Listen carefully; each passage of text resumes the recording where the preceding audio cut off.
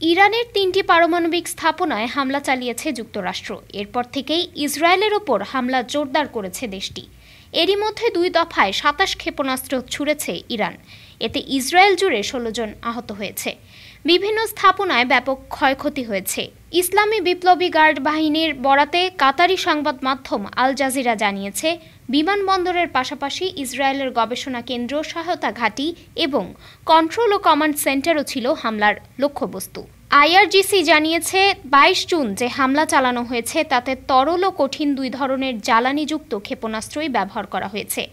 এ হামলার পর ইসরায়েলের প্রধান বেসরকারি বিমান সংস্থাগুলোর সব ফ্লাইট স্থগিত ঘোষণা করেছে। এদিকে ইসরায়েলি সেনাবাহিনী জানিয়েছে, ইরান ২ দফায় মোট ২৭টি ক্ষেপণাস্ত্র নিক্ষেপ করেছে। প্রথম দফায় ২২টি এবং দ্বিতীয় দফায় ৫টি ক্ষেপণাস্ত্র ছোড়া হয়। লক্ষ্যবস্তু হওয়া এলাকাগুলো ছিল বেশ বিস্তৃত, যা দখলকৃত সিরিয়ার গোলান মালভূমি থেকে শুরু করে ওপরের দিকে গালিলি এবং উত্তরাঞ্চলীয় ও মধ্যাঞ্চলীয় উপকূলীয় এলাকা পর্যন্ত বিস্তৃত। ১০টি পৃথক স্থানে সরাসরি ক্ষেপণাস্ত্র অথবা বড় শার্পনেল আঘাত হেনেছে। এই স্থানগুলোতে বিশেষ করে তেল আবিব এবং হাইফা এলাকায় ব্যাপক ক্ষয়ক্ষতি হয়েছে। ডেস্ক রিপোর্ট, আজ বার্তা।